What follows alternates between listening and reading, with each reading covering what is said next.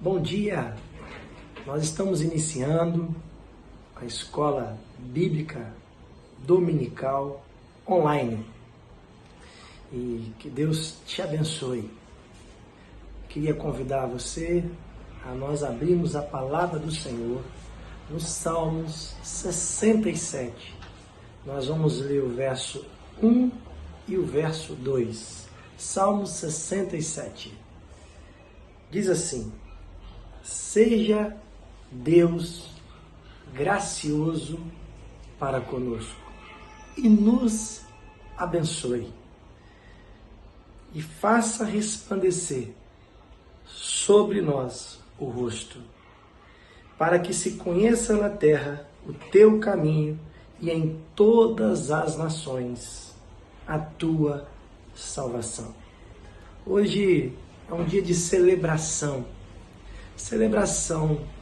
da vida, celebração de podermos ter a graça de Deus, que é maravilhosa, podemos ser abençoados por Deus.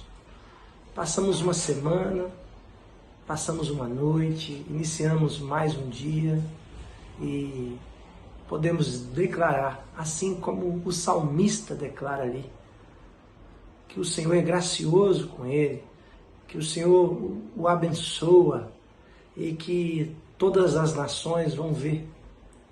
E isso vai ser testemunho para todas as nações render graças a esse Deus gracioso. Que nós possamos nesse momento orar com uma oração de gratidão a Deus por tudo que Ele é e por tudo que Ele faz por nós, não só hoje, mas eternamente. Senhor, nós somos gratos ao Senhor pela Sua graça maravilhosa, pela Sua presença, pela preservação da nossa vida através do Teu poder, do Teu amor. Espírito Santo de Deus, enche-nos para que possamos glorificar o nome em todo tempo nesse dia do nosso Deus gracioso que nos abençoa. Assim nós oramos em nome de Jesus. Amém. Nós também queremos hoje celebrar. É dia de celebrar pessoas que estão aniversariando nessa data e durante a semana. E hoje nós temos em especial o Walter. Deus te abençoe, Walter. Feliz aniversário. Que sua casa tenha um dia muito especial por mais um ano de vida que Deus está dando a você. Temos também dia 2 a Quênia. Quênia, Deus te abençoe. Temos no dia 4 a irmã Sônia. Irmã Sônia Maria, Deus te abençoe. Te dê muita saúde. Temos dia 6 a Mayra. Mayra, Deus te abençoe. E que tenha uma semana muito feliz por o Senhor te dar mais um ano de vida para a glória dele. Temos também um casal que está fazendo o primeiro ano de casamento, momento de celebrar, que é o Vinícius e a Stephanie. Estão fazendo no dia 2 um ano de casamento.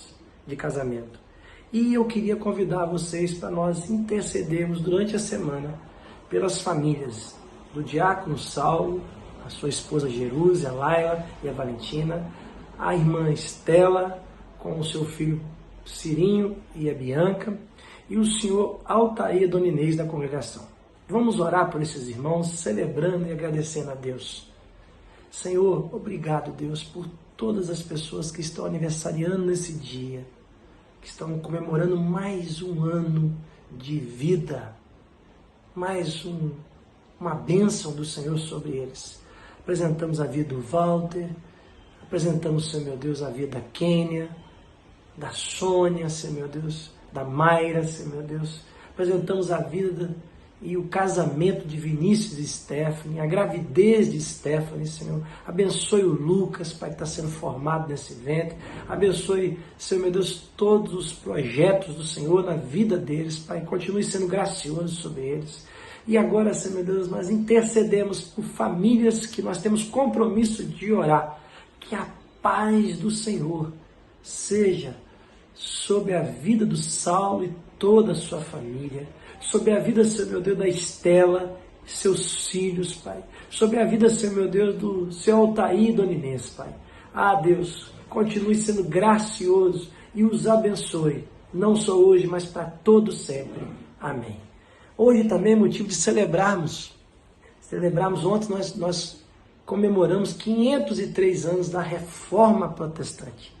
E vamos celebrar esses homens que, de forma fervorosa, foram impactados por Deus e voltaram às Sagradas Escrituras para fazer aquilo que o Senhor determina. E a palavra de Deus ser única regra de fé e prática para eles e para todos nós cristãos. Nós vamos ouvir um pouco mais sobre a Reforma Protestante. O presbítero Jeff estará trazendo um estudo bíblico nessa manhã sobre o impacto da Reforma Protestante, lá há 503 anos e até hoje em nossas vidas. Deus abençoe e abençoe o nosso irmão presbítero Jefferson. Bom dia, irmãos. A graça e a paz do nosso Senhor Jesus a todos. Amém? Hoje, dia 1º de novembro de 2020, nós vamos tratar na Escola Bíblica Dominical um assunto que com certeza não vai ser esvaziado aqui. Aliás, eu vou tentar dar a esse assunto uma dimensão um pouco diferente. Nós vamos falar sobre a data que nós comemoramos ontem, dia 31 de outubro de 2020. É a data que se comemora a Reforma Protestante, o Dia Internacional da Reforma Protestante. Por isso mesmo, nós vamos ter como base, como tema central dessa nossa aula de hoje, a Reforma Protestante. Contudo, eu não quero colocar aqui nada que seja, digamos, diretamente ligado a algum tipo de bairrismo denominacional, algum tipo de defesa denominacional, institucional, seja da nossa igreja, seja do movimento protestante, seja do movimento evangélico como um todo. Na verdade, a minha ideia com essa aula de hoje é tentar colocar alguns aspectos relacionados a o que levou à reforma no sentido bíblico. O que existe na Bíblia que conduziu a esse evento, a esse acontecimento que foi a Reforma Protestante do século XVI. Ok? Nós vamos dar início à nossa aula e eu vou usar uma projeção. Então, em alguns momentos da nossa aula, você vai apenas me ver numa tela reduzida. E a tela vai ficar, na sua maior parte, ocupada por uma projeção, por uma apresentação de PowerPoint, onde a gente vai tentar dar a aula nesse sentido. Ok? Vamos lá, então? Dando início à nossa aula efetivamente, nós estaremos falando aqui, como eu disse, sobre a Reforma Protestante e o seu legado, ok? Temos aí a figura de quatro personagens muito importantes desse movimento. O primeiro deles, que aqui está, é o Martim Lutero. Exerceu um papel extremamente importante na reforma da Alemanha. Nós temos aqui o Zwinglio, a reforma na Suíça. Nós temos aqui o Martin Bucer, que teve papel preponderante na reforma na França. E numa segunda geração, o João Calvino. Calvino também sucedeu o Zwinglio na reforma da Suíça, ok? Mas o dia 31 de outubro de 1517, ele é marcado como o dia da Reforma Protestante por causa desse homem, por causa do Martinho Lutero. Nesse dia, o dia 31 de outubro, ele afixou na porta da igreja de Wittenberg 95 teses que protestavam, que discutiam, abria a discussão em relação a algumas questões que ele achava que eram convenientes que se reformasse dentro da igreja cristã da época. Ok? Aí a cena é ele pregando as 95 teses e digamos que foi uma forma de uma manifestação, né? Uma forma de se pronunciar, um grito ideológico, um grito revolucionário, numa época em que havia uma transição, né, do modelo de economia, do modelo da sociedade daquela época para um novo modelo. Então, nós estamos aí saindo, digamos assim, ou entrando no processo de saída da Idade Média para a Idade Moderna, né? E a reforma é um desses marcos, né, dessa época dentro da humanidade, dentro do mundo de um modo geral. Mas qual é a minha ideia? A minha ideia, na verdade, é trazer aqui não muito de história sobre a reforma, mas partir dos textos que motivaram, por exemplo, o Martinho Lutero a fazer as 95 teses que deram origem, pelo menos como marco histórico, né, à reforma protestante. Ok? Então, o que eu vou tratar basicamente nessa aula? Nós vamos falar muito sobre textos bíblicos. Nós vamos discorrer, fazer algumas análises nesses textos bíblicos, né? Começando, por exemplo, pelo texto de Romanos, capítulo 1. Visto que Romanos foi, segundo o próprio Lutero, aquela parte da Bíblia, o livro da Bíblia, que mais o inspirou, que mais, digamos, fez cair dos seus olhos as coisas que impediam que ele visse a graça de Deus, né? Ele era um frei agostiniano dedicado e vivia num conflito. E o livro de Romanos, a palavra de Deus, a Bíblia, abriu os olhos para isso.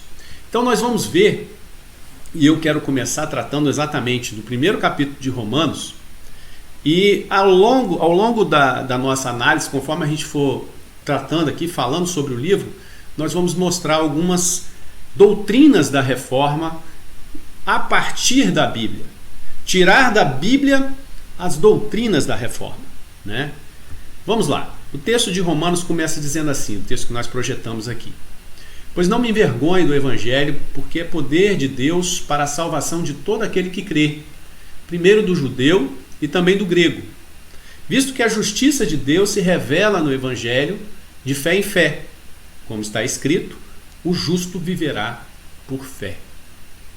Irmãos, essa última frase, o justo viverá por fé, é uma frase clássica que define uma doutrina também clássica da reforma protestante, a justificação pela fé. Ok? Então, a partir do livro de Romanos, Lutero vai desenvolver toda a sua teologia, fundamentando-se em alguns pontos essenciais que estavam em contraponto à teologia da época, a doutrina que se ensinava na igreja cristã da época. Ok? Então, o justo viverá pela fé é aquilo que nós chamamos de doutrina da justificação pela fé. Presente em todos e concordante dentro de todos os reformadores, essa doutrina não é denominacional apenas. Ela diz respeito à reforma como um todo. Em todo o seu movimento, todos os reformadores, eles eram uníssonos nessa questão da doutrina que se justifica pela fé, né? A doutrina da justificação pela fé, no caso a doutrina da salvação pela fé. Veja bem, há 5 pontos que a gente chama 5 pontos da reforma, que na verdade são 5 slogans.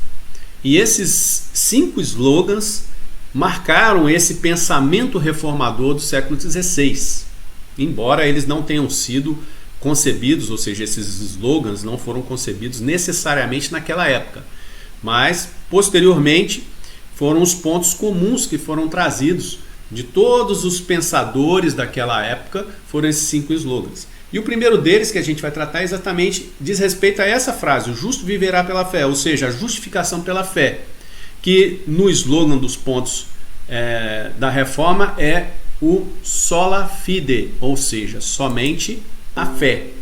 A doutrina da justificação pela fé, ou sola fide, né?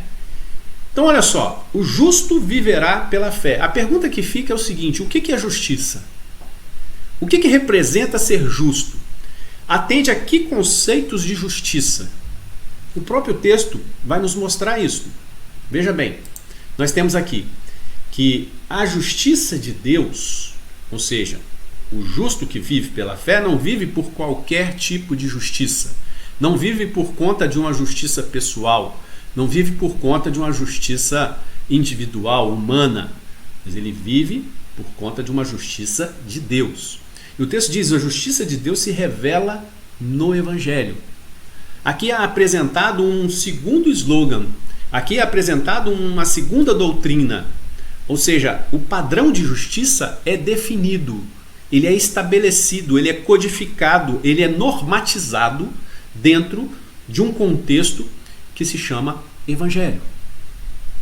Simples. O justo vive pela fé e o padrão de justiça está definido pelo Evangelho. Dentro daqueles conceitos que nós falamos, nós estamos falando do sola Scriptura, ou seja, só a Escritura tem autoridade. Só a Escritura pode definir o que é certo, o que é errado, o que é justo, o que é injusto. Só a Escritura. Outro conceito, outra doutrina reformada que é oriunda desse texto também, pode ser colocada aqui dentro desse texto também. Ou seja, a justiça que se revela no Evangelho. Mas fazendo esse caminho aí de dedução, né, nós apresentamos a proposição, a justificação pela fé, mostramos que essa justiça tem a ver com aquilo que é revelado no Evangelho e que esse Evangelho tem algo ainda muito maior. Olha lá no começo do texto: pois não me envergonho do Evangelho, porque é poder de Deus para a salvação. O Evangelho é poder de Deus para a salvação de todo aquele que crê, primeiro do judeu e também do grego.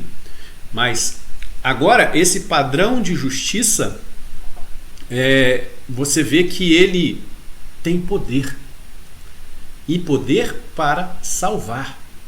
O justo viverá pela fé, obedecendo, porque acaba obedecendo um padrão, uma normatização. Essa normatização está na sola Escritura, é somente pelas Escrituras que ele vai ter acesso a essa normatização que salva, porque, afinal de contas, o Evangelho é poder de Deus para a salvação. Poderíamos estar aqui percorrendo, divagando por essa frase para definir para vocês os outros 3 pontos da reforma, né? Sola fide, somente pela fé; sola Scriptura, somente as Escrituras; sola gratia, somente pela graça; solus Christus e soli Deo gloria, a glória apenas para Deus, apenas por Cristo, a glória apenas para Deus. O que a gente percebe nesses 5 temas? Como eu disse, eles são contrapontos de doutrinas que estavam estabelecidas e solidificadas dentro da igreja cristã na época. Então, essas doutrinas, nós podemos aqui dizer que essas doutrinas, elas contrapõem outras doutrinas presentes na época, né, dos reformadores, junto à Igreja Católica Romana da época.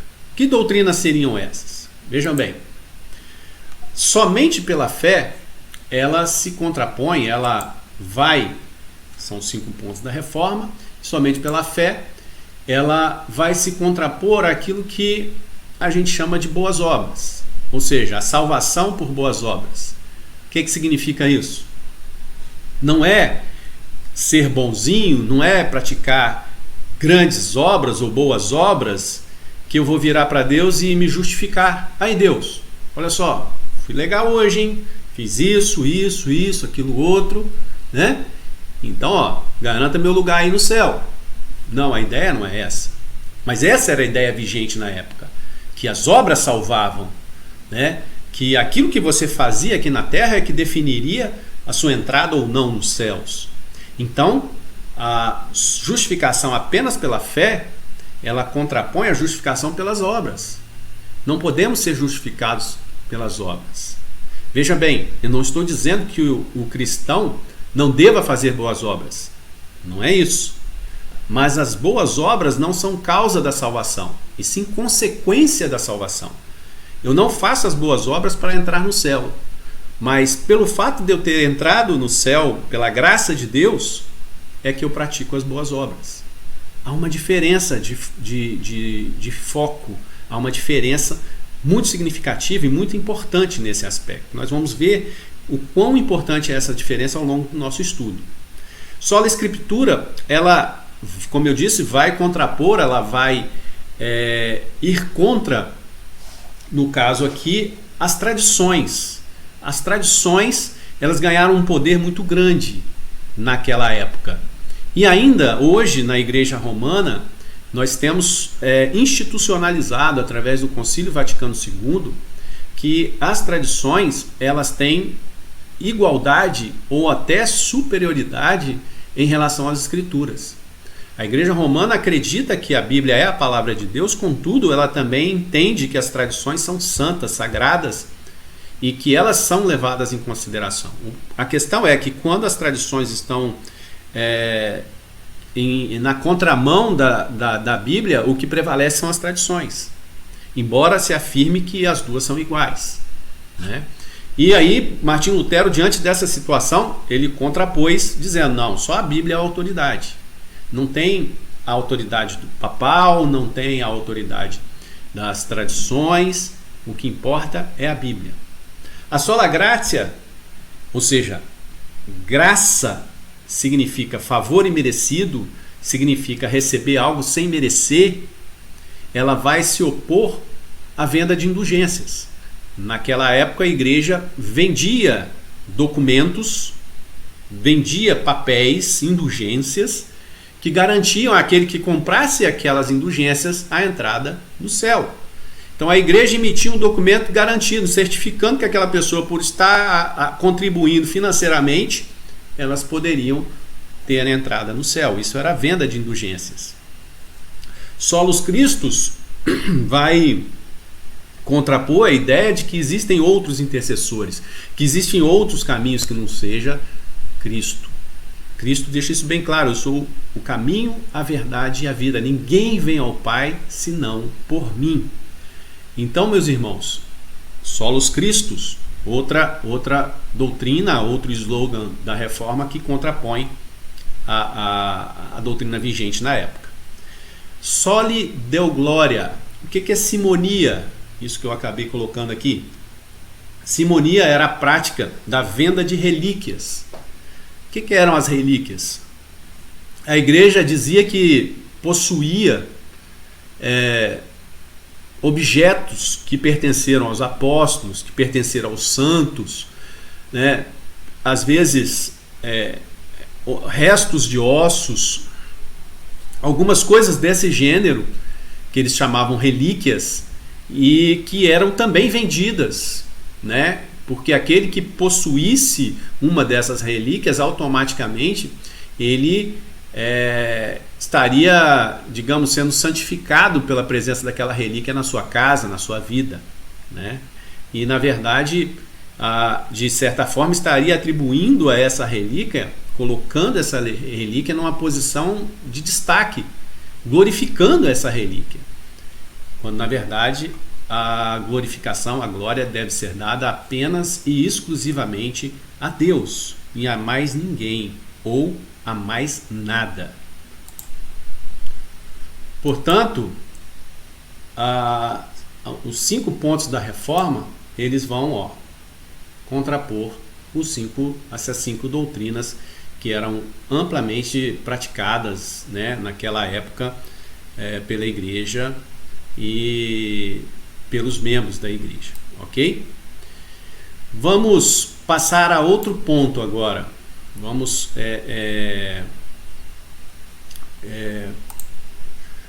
continuar, na verdade, nesse mesmo texto, né? E dar sequência a essa nossa análise em cima desse mesmo texto, ok? O texto vai continuar dizendo o seguinte: a ira de Deus se revela do céu contra toda impiedade e perversão dos homens, que detêm a verdade pela injustiça, porquanto o que de Deus se pode conhecer é manifesto entre eles, porque Deus lhes manifestou. Presta atenção. Eu queria fazer uma pergunta em cima desse texto. O que impede a justiça segundo esse texto? Tem uma palavrinha-chave aqui, ó. Detém. A Bíblia diz que toda impiedade e perversão dos homens detém a verdade, impede a justiça. Qual é o padrão de justiça? O Evangelho. Qual é o referencial? A Bíblia. E o que impede que essa justiça seja manifesta, que a verdade dessa justiça seja manifesta? A impiedade e a perversão dos homens. Isso nos leva a um outro ponto desta feita, um dos pontos do calvinismo, que para mim é um ponto básico, né? Não confundir os 5 pontos da reforma com os 5 pontos do calvinismo. São duas coisas diferentes, embora ambos tratem de teologia, de doutrina reformada, ok? Mas um dos pontos, e é o ponto básico da doutrina do calvinismo, é a depravação total. A depravação total, ou seja, o fato do homem ter caído, ter se corrompido por causa do pecado, faz com que a imagem de Deus que foi posta nele, ele foi feita a imagem e semelhança de Deus, essa imagem ficasse maculada, manchada, suja, por assim dizer. Então, essa sujeira, o homem não consegue tirar ela de si mesmo. É aquilo que a gente chama de depravação total. Ela detém a verdade do Evangelho, ela impede a verdade do Evangelho, né? E aí, a partir da depravação total, nós temos os outros 5 pontos, os outros 4 pontos do calvinismo, né? Eleição incondicional, expiação limitada, graça irresistível e, por fim, a perseverança dos santos, ok? Que formam um acróstico quando essas palavras estão no inglês, né? O acróstico da tulipa ou tulip, né? Aqui no caso no inglês. Então, irmãos, eu não vou me deter nessas doutrinas, isso aqui exigiria um tempo maior. A minha ideia principal é mostrar para vocês como que apenas um texto no qual a gente está tratando fez com que doutrinas viessem à tona, pensamentos revolucionários para a época viessem à tona e se contrapondo àquelas que estavam sendo usuais, né, dentro da igreja, dentro do seio da igreja daquela época. Ok? Vamos continuar no mesmo texto, preste atenção. O texto continua dizendo o seguinte: porque os atributos invisíveis de Deus, assim o seu eterno poder, bem como a sua própria divindade, claramente se reconhecem desde o princípio do mundo, sendo percebidos por meio das coisas que foram criadas. O que esse texto está dizendo? Esse texto está dizendo que Deus se revela na natureza. As coisas que foram criadas manifestam os atributos invisíveis de Deus, manifestam a sua própria divindade, manifestam o seu poder. Olhando para a criação, podemos contemplar o Deus Todo-Poderoso.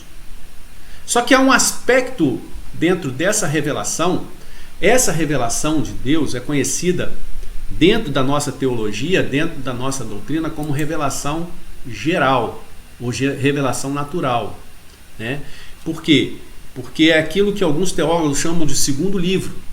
Você tem a revelação especial, que é a palavra de Deus, que é o evangelho registrado no Antigo e no Novo Testamento. Eu vou mostrar isso para vocês depois. Mas esse evangelho registrado, especial, ele não vem sozinho. Mesmo que alguém não tenha o evangelho, ele pode ter a convicção de que existe um Deus. Basta ele olhar para a natureza. Basta ele olhar para as coisas que foram criadas. Contudo, essas coisas que foram criadas, essa revelação na natureza, ela não é suficiente para salvar, mas é suficiente para condenar. Olha que interessante. Continua no texto. Tais homens são, por isso, indesculpáveis, porque deveriam olhar para a natureza e ver Deus, mas não fazem isso. Olhar para a criação e ver Deus, olhar para a ciência, e quando eu falo ciência é no sentido muito mais holístico, muito mais abrangente, não é a ciência propriamente de laboratório, mas essa ciência de laboratório ela depende das próprias leis da natureza que a regem, que são fruto e são obra das mãos do Deus Todo-Poderoso, porque foi Ele que as criou. Então, quando os homens olham para essa ciência, olham para essa natureza e não louvam a Deus, se tornam indesculpáveis. Por quê? Porquanto, tendo conhecimento de Deus, não o glorificaram como Deus, nem lhe deram graças, antes se tornaram nulos em seus próprios raciocínios, obscurecendo-lhes o coração insensato. Percebem? Nós começamos dizendo que uma das coisas que brotou lá na reforma foi a justificação pela fé. A justificação pela fé nos faz fazer a seguinte pergunta: por que alguém pode ser justo? A partir de que princípio? A partir de que norma? De que conceito? De que juízo? Esse juízo é o Evangelho. O Evangelho que tem poder para a salvação, mas que é retido, é detido, é impedido de ser manifestado por causa da impiedade e perversão dos homens, por causa da depravação total. Contudo, apesar disso tudo, há uma forma de ver Deus, e essa forma está na natureza. E essa forma na natureza a gente chama isso de revelação geral. Ela condena, mas ela por si só não salva, né? Continua no texto. Inculcando-se por sábios, tornaram-se loucos e mudaram a glória do Deus incorruptível em semelhança da imagem de homem corruptível. Não tem como comparar Deus incorruptível, santo, altíssimo, perfeito, com um homem falho, corruptível, pecador. Não tem como. Bem como de aves, quadrúpedes e répteis, não tem como você adorar a criatura e não adorar o Criador. Por isso Deus entregou tais homens à imundícia, pela concupiscência do seu próprio coração, para desonrarem o seu corpo entre si, pois eles mudaram a verdade de Deus em mentira. Mudaram a verdade de Deus em mentira, adorando e servindo a criatura em lugar do Criador, o qual é bendito eternamente. Amém. Então, esse era o contexto muito presente dentro da realidade de Lutero naquela época. Ele olhou para esse texto e se identificou. Ele olhou para esse texto e viu, gente, está tudo errado. A gente precisa fazer alguma coisa para mudar isso. Continua no texto, irmãos. E aí, olha o que acontece. Por causa disso, os entregou Deus a paixões infames, porque até as mulheres mudaram o modo natural de suas relações íntimas por outro contrário à natureza. Semelhantemente, os homens, também deixando o contato natural da mulher, se inflamaram mutuamente em sua sensualidade, cometendo torpeza, homens com homens, recebendo em si mesmo a merecida punição do seu erro. Irmãos, isso aqui é só a consequência. Isso aqui é a consequência de se deixar levar pela perversão, se deixar levar pela impiedade, se deixar levar pela depravação total, pelo pecado que está na nossa constituição de homens depois da queda, de seres humanos pós-queda. Mas o que é importante destacar aqui é o seguinte, olha, inculcando-se por sábio, tornaram-se loucos, mas o que eles fizeram? Passaram a adorar e servir a criatura em lugar do Criador. A concepção que nós temos de idolatria às vezes é muito restrita. Idolatrar não é apenas se curvar diante de uma imagem. Idolatrar não é apenas reverenciar, adorar, cultuar um santo, uma santa. Idolatrar é você colocar um ídolo no lugar de Deus. Esse ídolo pode ser uma imagem, pode ser um conceito de santidade, de santo, uma doutrina, um dogma, mas um ídolo pode ser qualquer objeto, material ou imaterial. Pode ser a profissão, pode ser uma pessoa que você acaba idolatrando, pode ser um movimento, pode ser uma ideologia. Há muitas maneiras de idolatrar, mas só uma de adorar a Deus. Só existe uma maneira de adorar a Deus, em espírito e em verdade. E foi isso que despertou Martinho Lutero naquela época. E deve nos despertar hoje, quando comemoramos o dia da Reforma, deve nos trazer a lembrança disso hoje. Amém? Vamos dar sequência. E por haverem desprezado o conhecimento de Deus, o próprio Deus os entregou a uma disposição mental reprovável, para praticarem coisas inconvenientes. Presta atenção. A justiça de Deus, às vezes, é deixar o homem à sua própria sorte, à sua própria perversão. O caminho natural da maldade vai fazer o seu papel. E o juízo final é apenas a sacramentação daquilo que já está vigente, daquilo que já está presente.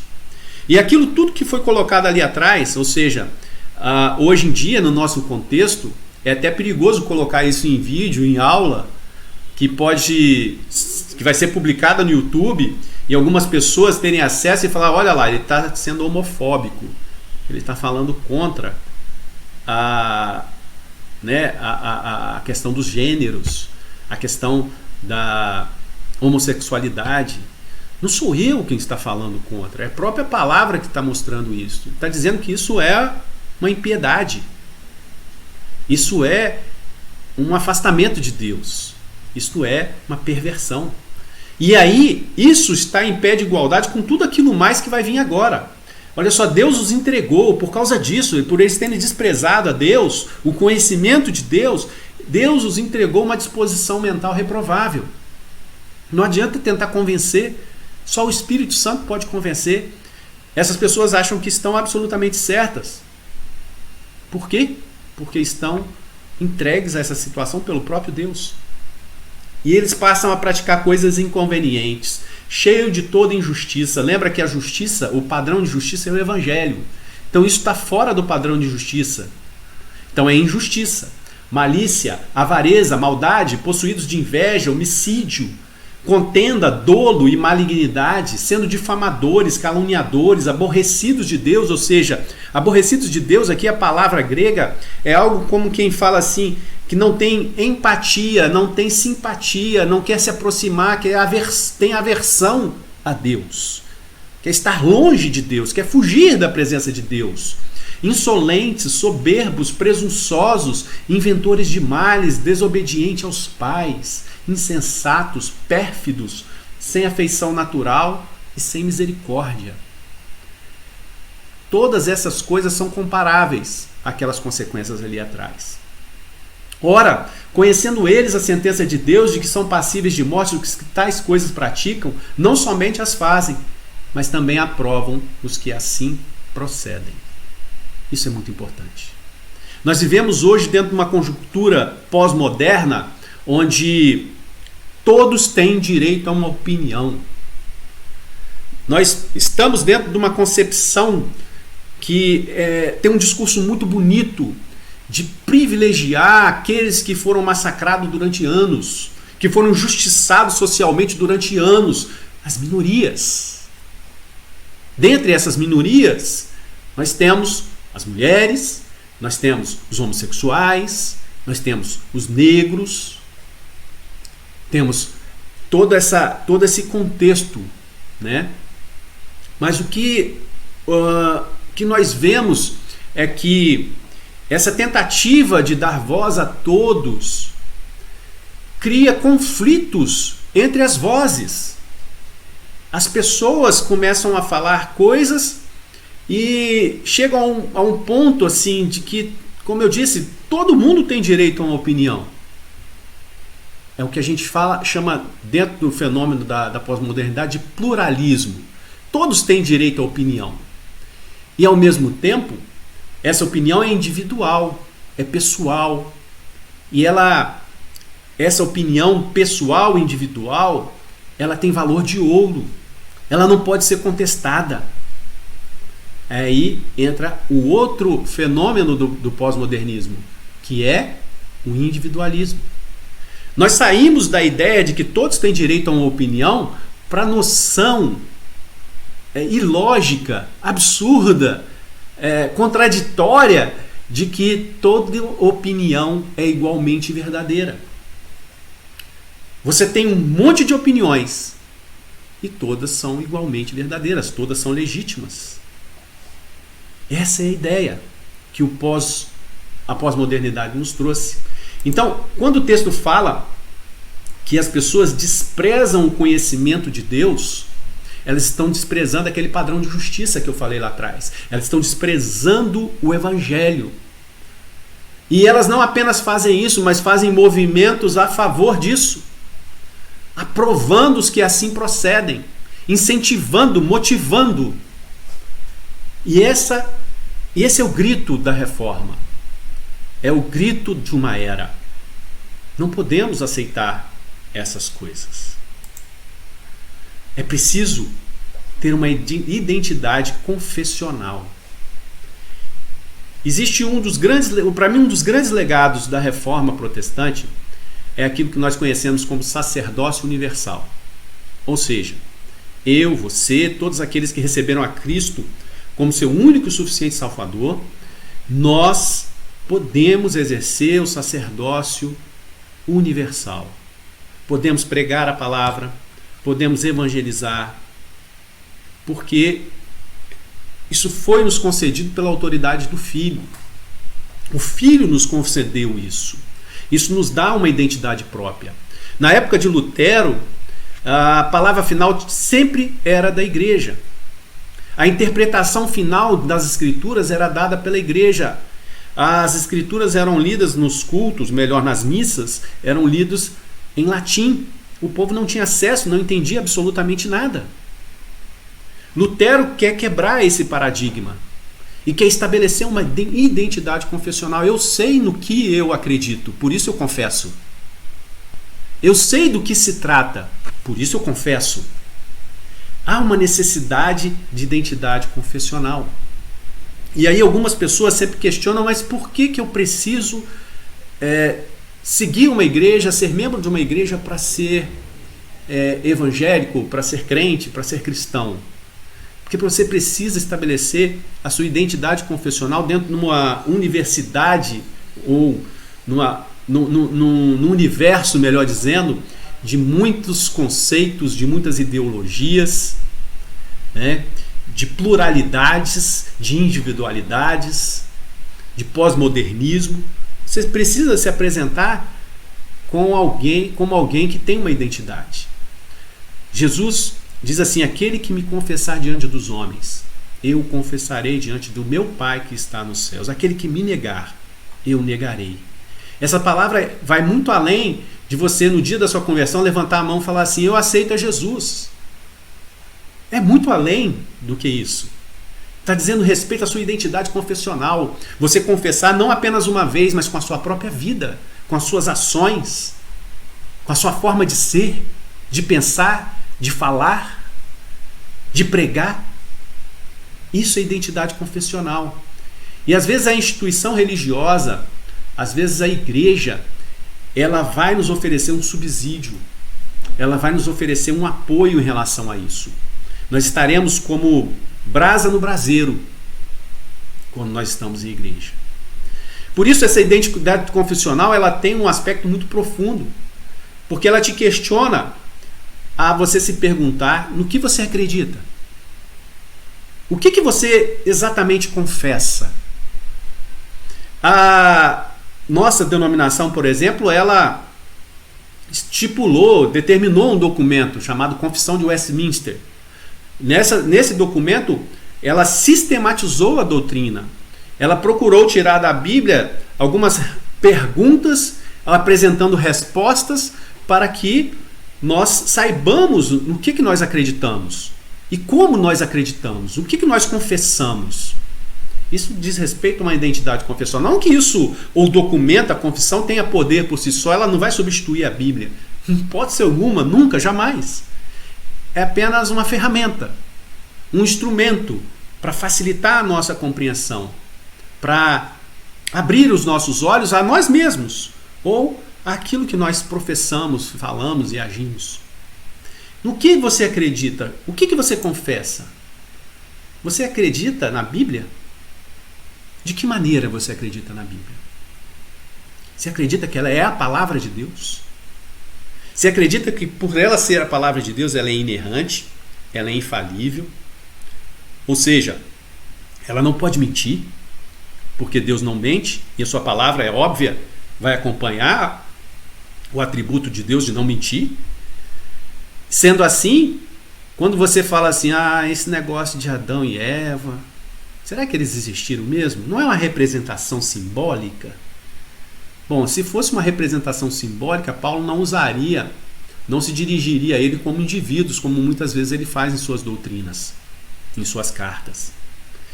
Será que cabia mesmo todos os animais lá dentro da arca de Noé? Meus irmãos, como que isso aconteceu, eu não sei. Eu sei que aconteceu. Com certeza, vai haver uma explicação para isso. O que a gente precisa entender é que existem coisas que elas são periféricas. Deus não se preocupou em entrar em detalhes.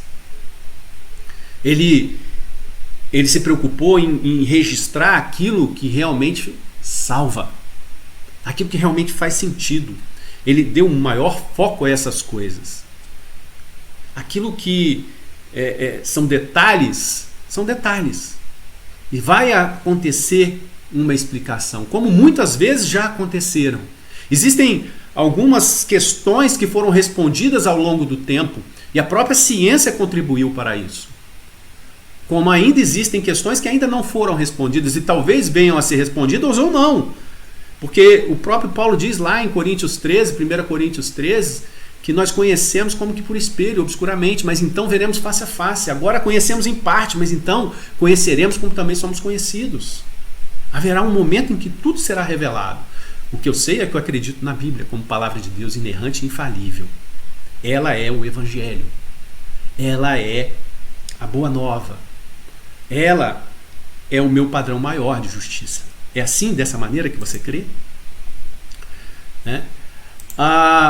Você está disposto a viver conforme a Bíblia? Isso tem a ver com a sua identidade confessional. A questão é, você sabe o que é viver conforme a Bíblia? Você a lê com frequência, você estuda, você medita nela, como eu tratei aí algumas quartas-feiras falando sobre a meditação. Você sabe o que é viver conforme a Bíblia? Você entende e aceita que haja várias interpretações para a Bíblia? E aí, nesse sentido, é só escolher uma e tudo bem? É assim que você vê?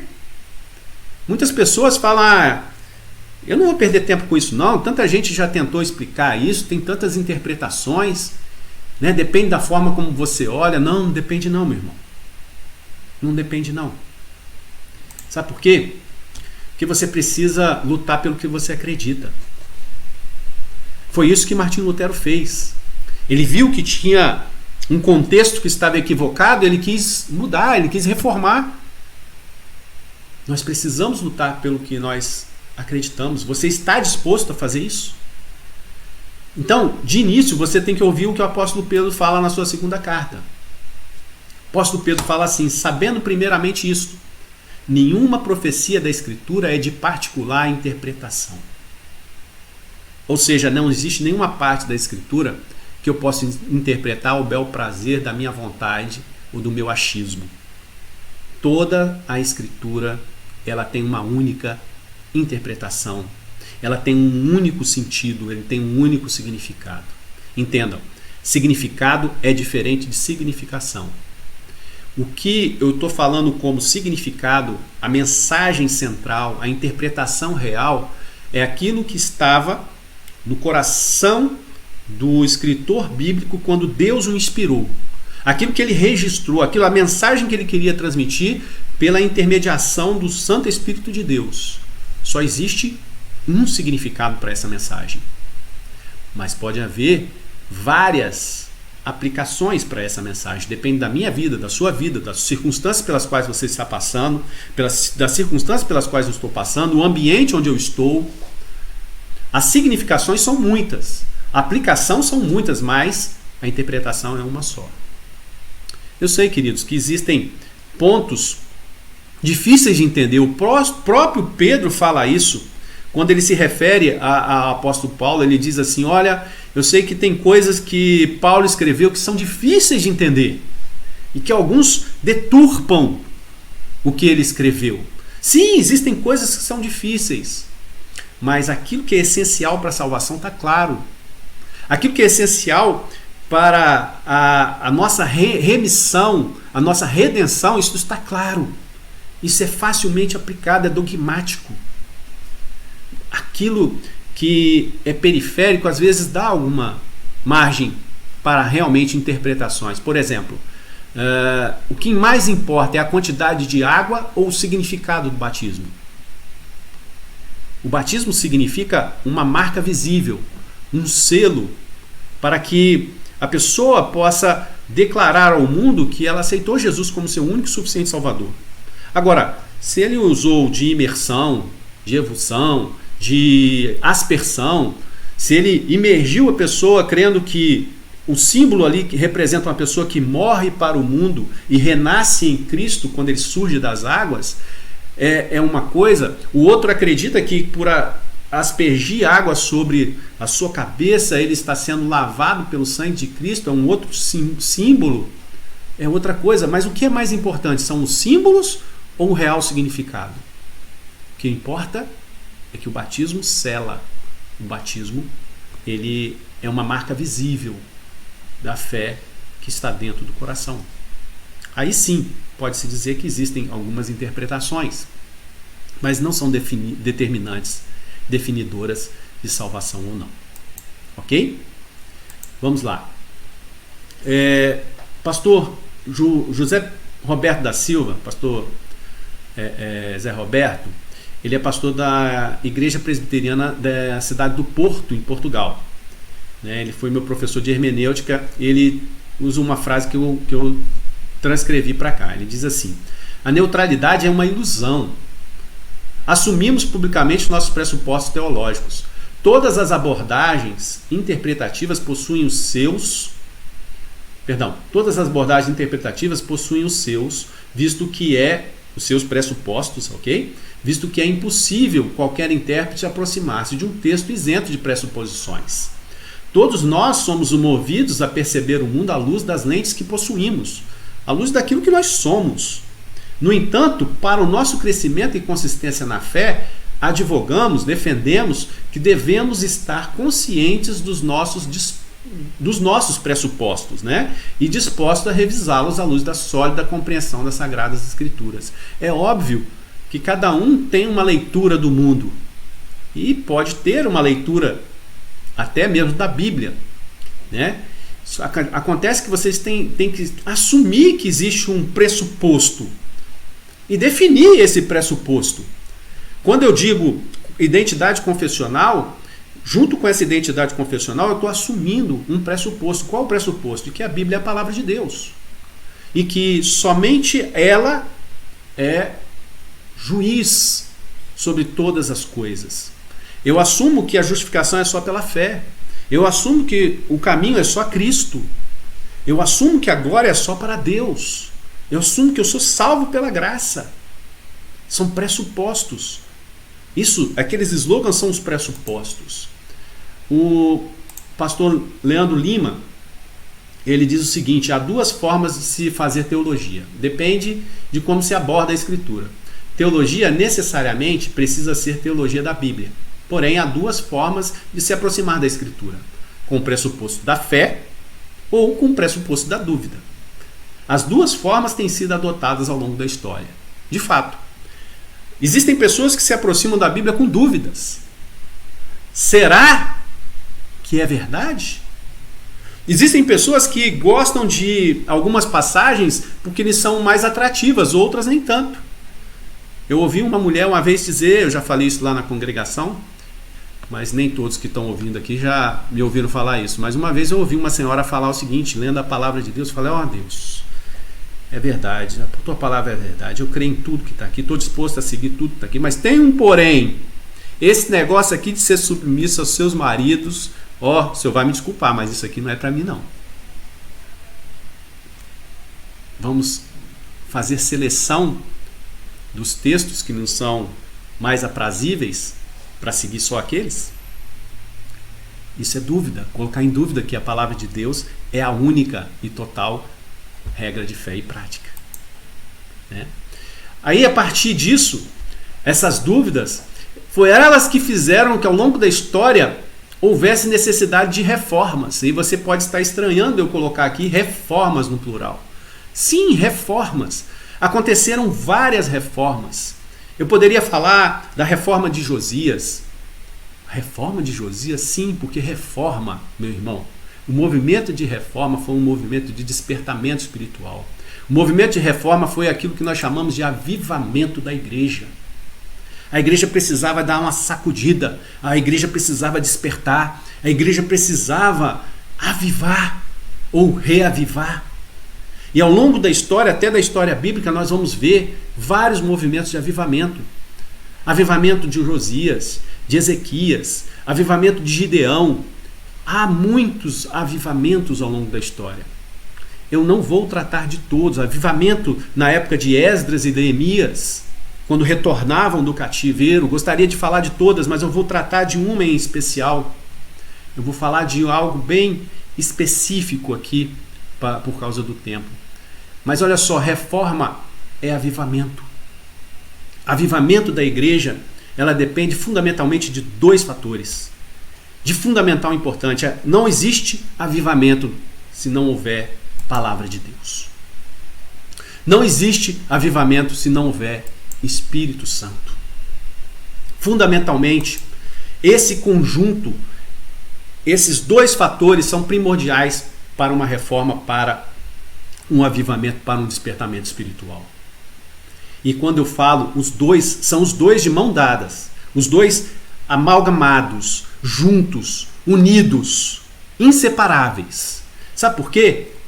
Porque, meu irmão, se eu pego manifestações do Espírito Santo, ou manifestações espirituais, que eu acho que são do Espírito Santo, sinais e prodígios, etc. e tal, sem a palavra de Deus, que não está de acordo com a palavra de Deus, isso não é avivamento, isso é misticismo. Isso é diferente de avivamento. Da mesma maneira que se eu pego uma pessoa muito erudita, uma pessoa que se fundamenta muito na leitura da Bíblia, no estudo da Bíblia, e apresenta a Bíblia num ponto de destaque, meus irmãos, isso é legalismo se não tiver o Espírito Santo. Se o Espírito Santo não estiver iluminando o coração e a mente da pessoa, e ela estiver apenas na letra, ela está morta. Sabe por que ela está morta? Porque isso também são formas de idolatria, são formas de colocar ídolos. Ídolos em coisas materiais e imateriais. Eu posso levantar um ídolo relacionado às manifestações sobrenaturais. Eu posso levantar um ídolo relacionado à erudição, ao estudo da Bíblia, ao estudo das Escrituras. É preciso que a palavra de Deus ande de mãos dadas com o Espírito Santo. Não tem como dividir para que haja avivamento. E foi isso que aconteceu na Reforma. A Reforma é um exemplo de avivamento, né? E a cosmovisão cristã, ela vai nos mostrar um pouco sobre isso. Ela vai nos dizer algumas coisas bem pontuais.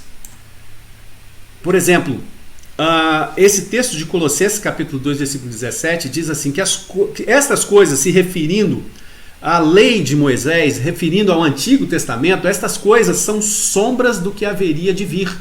A realidade, porém, encontra-se em Cristo. A partir desse princípio, nós começamos a olhar para o Velho Testamento com os olhos do Evangelho de Cristo. E nós vamos perceber que o Evangelho de Cristo está em toda a Bíblia, não apenas no Novo, mas também no Velho. Querem ver? Vamos seguir adiante aqui. olha esse texto que está lá em Números. Então partiram do Monte Or pelo caminho do Mar Vermelho a rodear a terra de Edom. Porém, o povo se tornou impaciente no caminho. E o povo falou contra Deus e contra Moisés. Olha só, o povo ficou impaciente. Vamos contextualizar? Presta atenção. Já tinham fugido do Egito, já tinham sido libertos da mão de Faraó por poderosos feitos de Deus. As pragas, 10 pragas, abriu o Mar Vermelho, etc. e tal. Reclamaram de fome, Deus já estava mandando maná, né? E aí eles estão lá e ficam impacientes com aquela situação. E aí olha o que acontece aqui. E o povo falou contra Deus e contra Moisés. Está dizendo aqui o pecado. Está mostrando aqui o pecado. Não descreveu ele ainda. Falou que o povo pecou. Falou contra Deus, pecou. E em que o povo pecou? Como que o povo pecou? Agora vai vir a explicação. Por que nos fizeste subir do Egito para que morramos neste deserto, onde não há pão nem água? E a nossa alma tem fastio desse pão vil. Para aqui, meu irmão. Para aqui, ó. Fastio desse pão vil.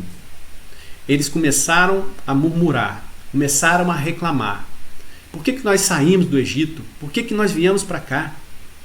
Nossa alma tem fastio desse maná, esse pão vil.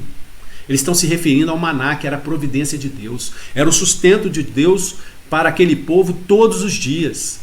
Meu irmão, presta atenção, a providência de Deus, ele pode não ser exatamente do jeito que você quer. Sabe? Às vezes, Deus sabe que você precisa se alimentar. Se Ele te der feijão, arroz e ovo todo dia, Ele está te sustentando. Ele está provendo a tua necessidade. Mesmo que você às vezes queira um filé mignon, mesmo que você às vezes queira uma lagosta, mas Deus não prometeu te dar lagosta. Ele prometeu te sustentar. E o maná era aquele sustento, aquele feijãozinho com arroz e ovo, todo dia que o povo recebia. E aí eles passaram a ter fastio. Olha o que significa esse fastio, o fastio desse pão vil. Abominação, eles passaram, a alma deles abomina este pão desprezível. Eles desprezaram o pão que desceu dos céus. Num primeiro momento, quando o pão desceu dos céus, todo mundo ficou encantado. Todo mundo ficou assim, radiante. Mas todo dia, eles se cansaram da bênção e passaram a desprezar a bênção de Deus. Isso é muito sério. O pecado desse povo aqui é muito sério. Lembra que no texto de Colossenses que nós colocamos antes aqui, diz assim que isso tudo era sombra daquilo que haveria de ser. Mas Cristo é a verdade. É através da lente de Cristo. Olha como Cristo aparece aqui nessa passagem. Presta bem atenção para você ver como que Cristo aparece aqui nessa passagem. Há uma sequência, há uma estrutura lógica dentro das coisas que estão narradas no Velho Testamento que acabam se harmonizando com a forma como são explicadas no Novo Testamento. Então o que está sendo apresentado aqui é o pecado do povo, né? Até aqui, até esse trecho aqui, né, nós vemos o pecado sendo apresentado. Qual foi o pecado do povo? Abominar a bênção de Deus e fazer isso na forma de murmuração, de falar. Olha contra o que eles murmuraram, presta atenção. O evangelista João, o apóstolo João, ele nos escreve o seguinte lá no capítulo 6 do seu evangelho. Ele diz assim: nossos pais, se referindo a essa época do Egito, essa época do deserto aqui, nossos pais comeram do maná do deserto. Comeram o maná do deserto. Como está escrito, deu-lhes de comer pão do céu. Replicou-lhes Jesus: em verdade vos digo, não foi Moisés quem vos deu o pão do céu. O verdadeiro pão do céu é o meu Pai quem vos dá. Porque o pão de Deus é o que desce dos céus e faz o quê? Dá vida ao mundo. Então lhe disseram: Senhor, dá-nos sempre desse pão. Declarou-lhes, pois, Jesus: eu sou o pão da vida. Simbolicamente, eles estavam chamando de desprezível a Jesus, porque eles desprezaram o maná dos céus. Eles desprezaram o pão dos céus. Jesus é o pão que desce dos céus. Então, eu sou o pão da vida. Aquele que vem a mim jamais terá fome. E o que crê em mim jamais terá sede. Era aí contra Jesus que eles estavam blasfemando. Era contra o próprio Filho de Deus que eles estavam blasfemando. Isso é muito sério, meus irmãos. Isso é muito sério. E a gente precisa ficar muito atento em relação a essas coisas. Por quê? Porque essas coisas definem a nossa identidade confessional. Continuando aqui no mesmo esquema que eu estava falando para vocês, olha a estrutura. Primeiro vem o pecado. Continua no texto. O Senhor mandou entre o povo serpentes abrasadoras que mordiam o povo. E morreram, morreram muitos do povo de Israel. Morreram muitos do povo de Israel. Quem dá a vida? Jesus. Eles rejeitaram a vida, o que veio sobre eles? Morte. Morte é o quê? É justiça. Olha a estrutura. Pecado, justiça. Continua no texto. Veio o povo a Moisés e disse: havemos pecado porque temos falado contra o Senhor e contra ti.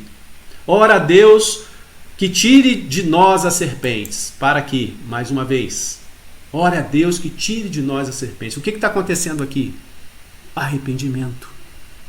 Pecou, justiça foi feita, mas existe o arrependimento. Arrependimento cabe dentro dessa estrutura. Depois do arrependimento, então Moisés orou pelo povo. Intercessão. Pecado, justiça, arrependimento, intercessão. São os caminhos que levam, nós vamos ver no próximo texto. Olha aqui, na continuação do texto, melhor dizendo. Disse o Senhor a Moisés: faze uma serpente abrasadora, põe-na sobre uma haste, e será que todo mordido que a mirar viverá. Redenção. Redenção. De que maneira? Moisés fez a serpente de bronze e pôs sobre uma haste. Sendo alguém mordido por uma serpente, se olhava para a de bronze, sarava. Olha como que João descreve esse episódio. E do modo, porque Moisés levantou a serpente no deserto, assim importa que o Filho do Homem seja levantado. João 3,14. Ou seja, a serpente de bronze foi uma tipologia daquilo que veio acontecer futuramente na cruz do Calvário.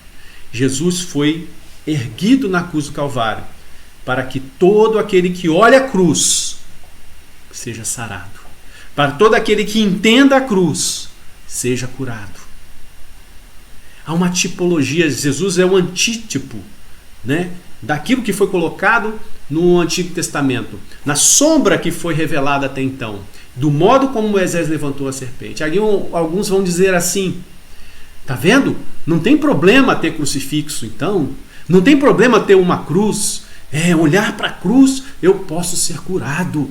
Eu vou estar me remetendo a Cristo, né? Afinal de contas, foi Deus que mandou levantar a serpente. Sim! Mas existem, meus irmãos, uma coisa, lá no comecinho que eu falei: perversão no nosso coração. Impiedade no nosso coração. Impiedade no sentido de não ser piedoso, de não ser seguidor contínuo de Deus. Mas por que você está falando isso? Presta atenção no que aconteceu com essa serpente de bronze. Lá nos tempos de Ezequias, lá em 2 Reis, capítulo 18, diz que Ezequias promoveu um grande reavivamento dentro de Israel. Ezequias foi o responsável por um despertamento espiritual tremendo dentro de Israel. O que ele fez nesse despertamento espiritual? Olha só, removeu os altos.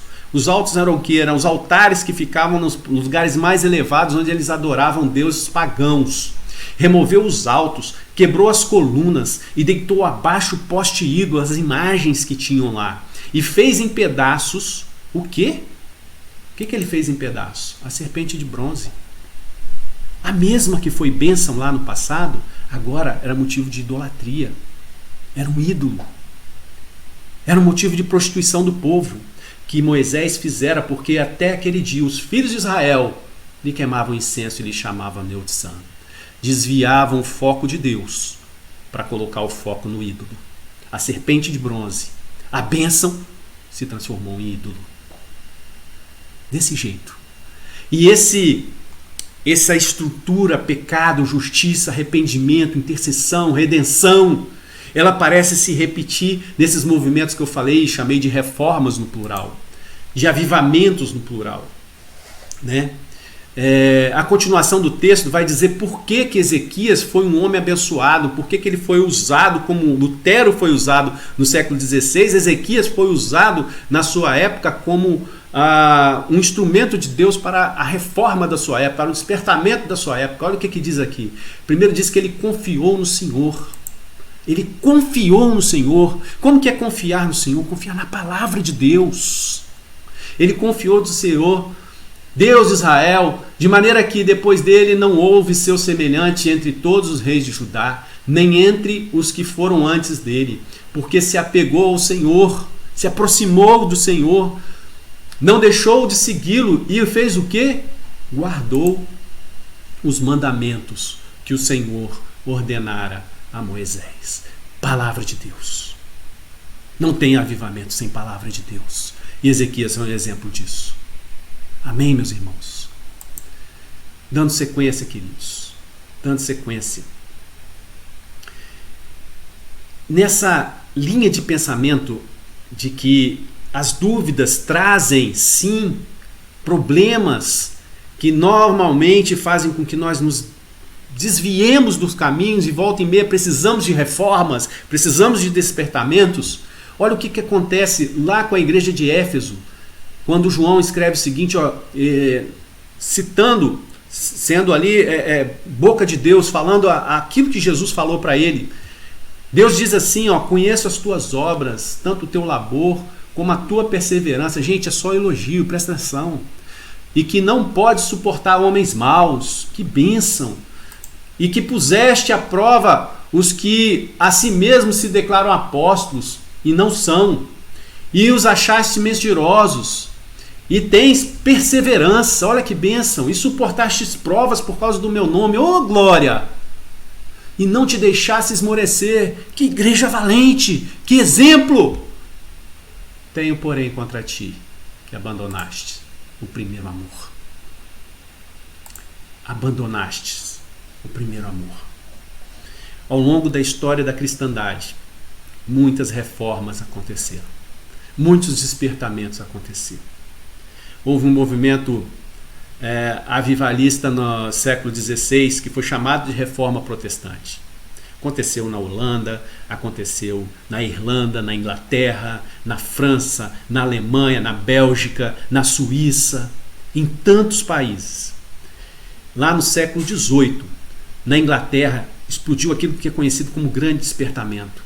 E ele foi tão intenso que homens saíram da Inglaterra e foram para os Estados Unidos, e lá também aconteceu um grande despertamento do século XVIII. Tem homens aí como John Wesley, George Whitefield, Jonathan Edwards, vários homens foram usados por Deus, porque se voltavam para a palavra de Deus, se deixavam permeáveis ao Espírito Santo. E esses homens foram bênção.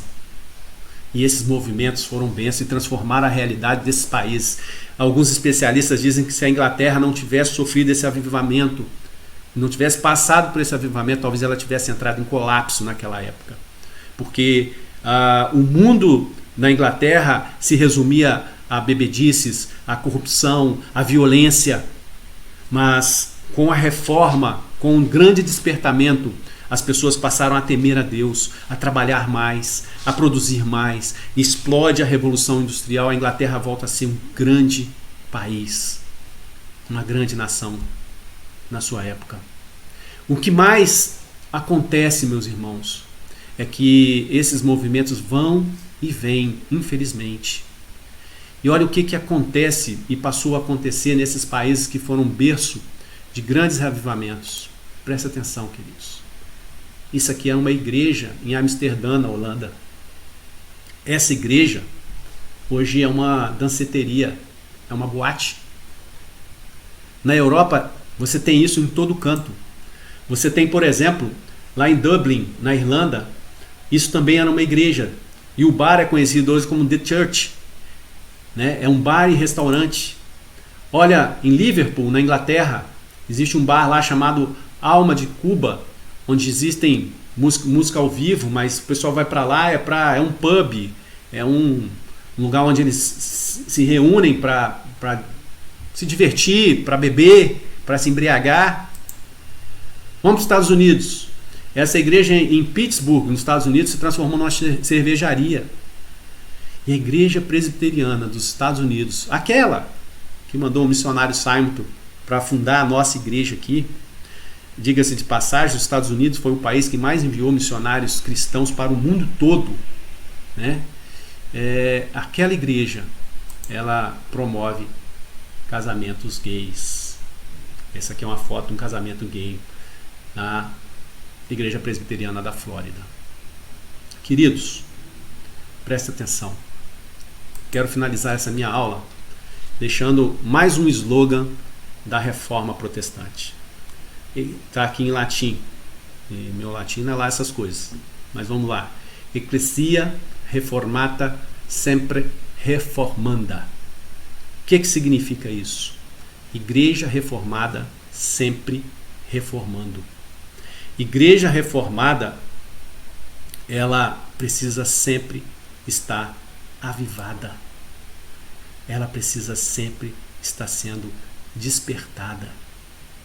Ela não pode cair no marasmo. Ela não pode se estagnar. Ela precisa ser viva, porque ela serve a um Deus vivo, aleluia. E nós precisamos entender isso. Ao comemorarmos o dia da Reforma Protestante, precisamos trazer à mente esse tipo de coisa. Amém? Vamos orar? Vou dar como encerrada a nossa aula ao final dessa oração. Deus Todo-Poderoso, louvamos o Teu nome, Te agradecemos por tudo. Te pedimos, ó Deus, que a Tua palavra crie raízes em nossos corações, em nossas mentes, para que não nos afastemos do Senhor. Ó Deus, terrível coisa é cair nas mãos do Todo-Poderoso. Nós não queremos cair nas Tuas mãos de ira, mas sermos agraciados, ó Deus, pelo Teu amor, pela Tua misericórdia. E sabemos que para isso precisamos estar, ó Deus, piedosos, retos, de acordo com a Tua vontade. E a Tua vontade, ela se manifesta na revelação especial do Senhor, que é a palavra de Deus. Nos ajuda a manter acesa a chama da reforma, a chama do avivamento, a chama do despertamento, para que possamos ser uma igreja mais relevante dentro do contexto onde nós estamos. Faz isso, ó Deus. Em nome de Jesus, abençoa o Teu povo, abençoa essa igreja, para a honra e glória do Teu nome. Amém, Senhor. Que Deus nos abençoe, queridos. Que a graça e a paz do nosso Senhor esteja sobre todos nós. Amém? Fiquem com Deus e até a próxima.